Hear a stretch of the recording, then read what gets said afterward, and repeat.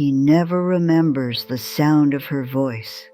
Not clearly, only fragments, a warmth he can't explain, a safety he still searches for in quiet moments. She passed away when he was too young to understand what gone meant. But some nights, when the world goes still, it feels like she never really left. This is the letter she would have written if heaven allowed paper and love needed words. Before we begin, subscribe to Voices on Paper. This channel is a place for the words that were never heard, for the letters that waited quietly to be read.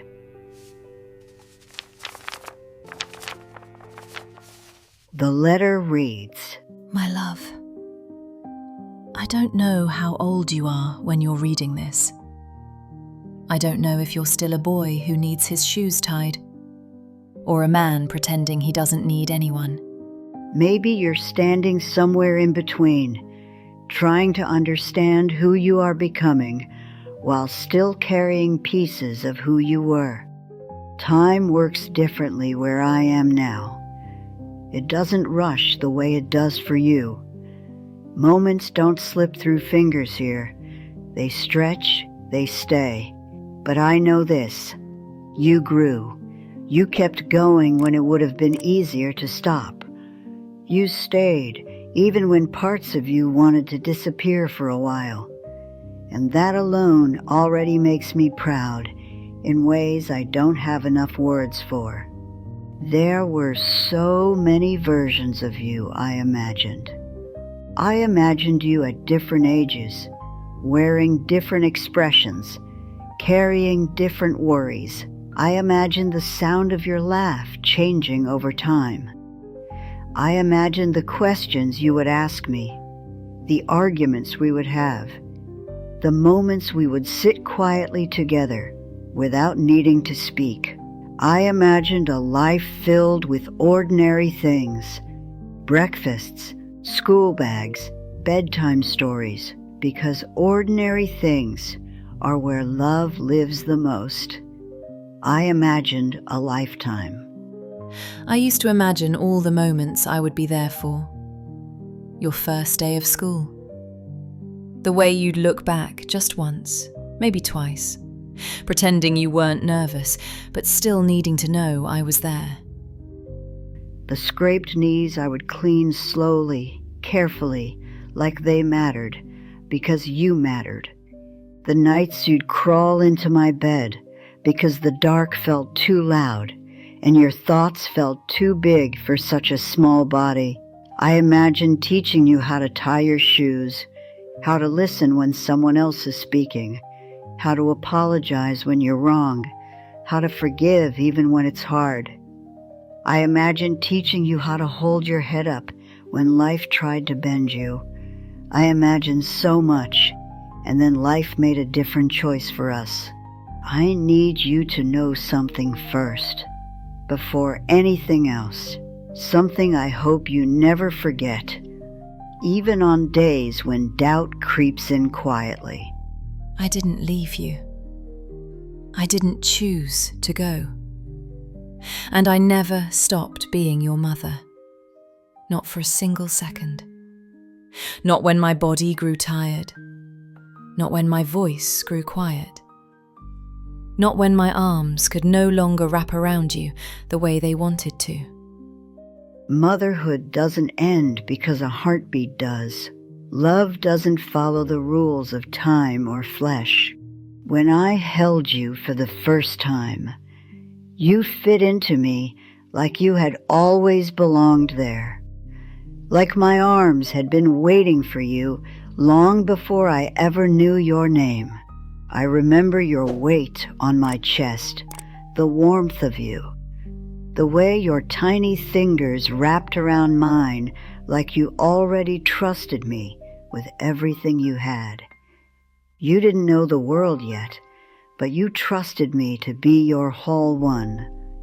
In that moment, my life rearranged itself around you. My fears grew smaller. My past softened. My future narrowed down to one purpose. You. Loving you felt as natural as breathing. And even now, that love hasn't weakened. It hasn't faded. It hasn't learned how to die. I know there were days you wondered why everyone else had a mother and you didn't. I know there were moments you watched other children run into their mother's arms and felt something heavy settle quietly in your chest. I know there were times you felt angry at a woman you couldn't even remember properly. Angry at a face that lived mostly in photographs and stories told by other people. That's okay. I would never blame you for that. Love and anger often sit in the same place, especially when loss comes too early and without explanation. Especially when a child is asked to carry questions even adults struggle to answer. There were nights you cried and didn't know why. Nights when sadness arrived without warning and stayed longer than you wanted it to. Times when you felt a heaviness you couldn't name, a quiet ache that followed you even on good days. That was grief, trying to find a shape inside a heart that was still learning how to beat. You weren't broken. You weren't weak. You were grieving someone your soul remembered, even when your mind couldn't fully hold on to me. I saw you grow from a distance you never asked for. I saw you learn how to be strong before you were ready.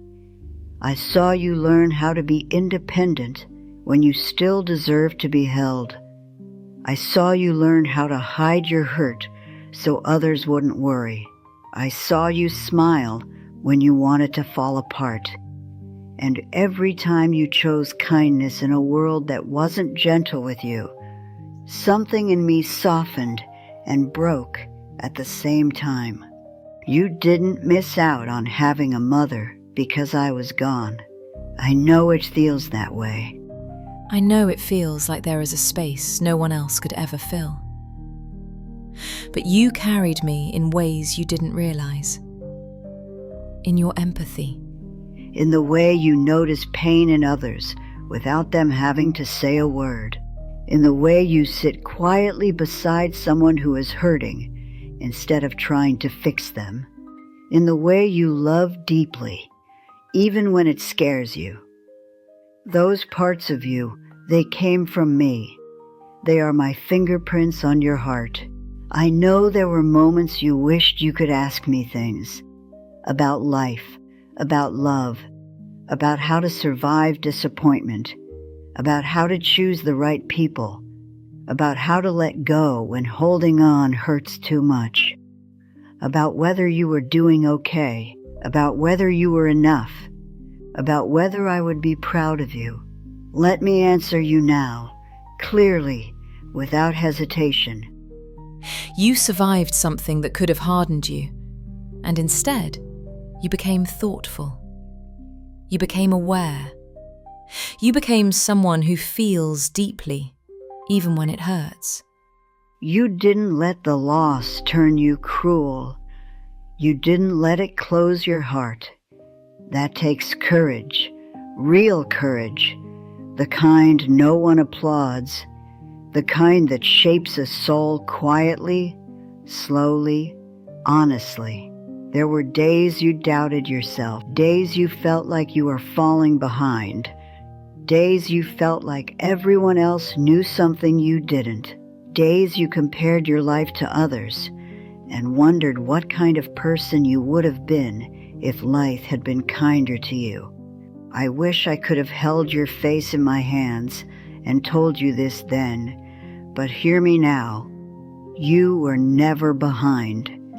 You were never lacking. You are learning life without a guidebook most children get. And yet, look at you. Look at how you kept going. Look at how you learned to stand on your own without losing your softness. Look at how you still believe in connection. Every step you took forward was an act of defiance against the pain. Every time you chose to hope again, every time you trusted again, every time you loved again, you honored me more than any flower or prayer ever could. If you ever wonder what I would think of the person you've become, let me be clear.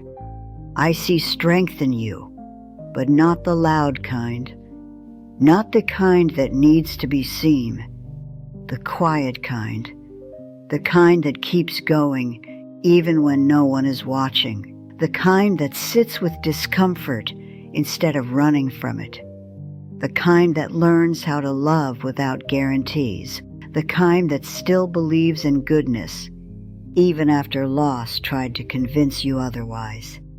I wish I could tell you I was there when you needed me most. I wish I could say I held you through every fear and wiped away every tear. But instead, I will tell you this. I was closer than you think. In the moments you felt a sudden calm without knowing why, in the strange comfort that arrived when you were sure you couldn't handle one more thing, in the voice inside you that said, "Keep going," that was love speaking in a language deeper than sound. You may not remember my face clearly. You may not remember the sound of my laugh or the way I said your name. You may not remember the warmth of my hands or the rhythm of my breathing, but you remember how I made you feel. And that feeling, that safety, that warmth, that sense of being held even when no one was there, you have carried it with you your entire life. One day, you might love someone the way I loved you, fully, fiercely, without conditions. You might look at someone and realize your life has quietly rearranged itself around them, the same way mine did around you. And when you do, you'll understand me in a way words can't reach. Love changes us. It stretches us beyond ourselves.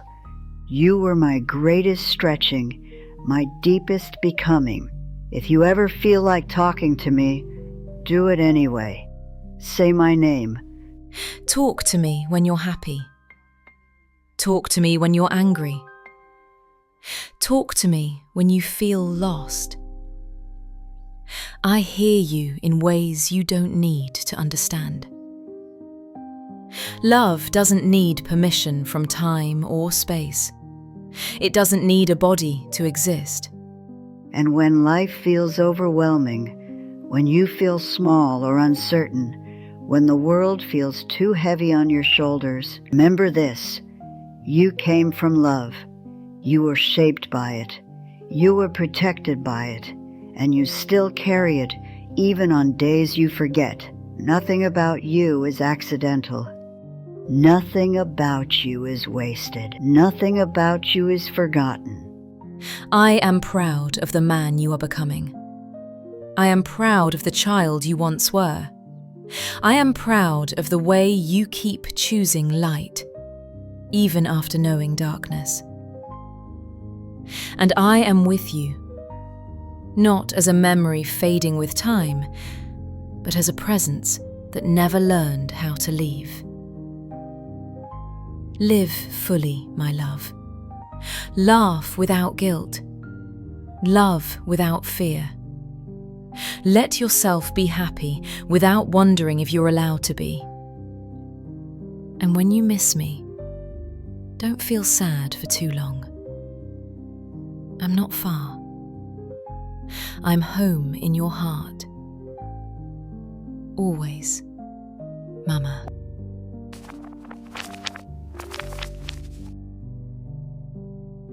Maybe this letter was never written. Maybe it exists only in imagination. But love like this doesn't disappear with death. Some bonds don't need a living body to stay alive. They stay in the quiet moments, in the strength we don't know where we got from, and in the feeling that someone, somewhere, is still watching over us. Subscribe to Voices on Paper and help me give them life again, because sometimes just listening is enough.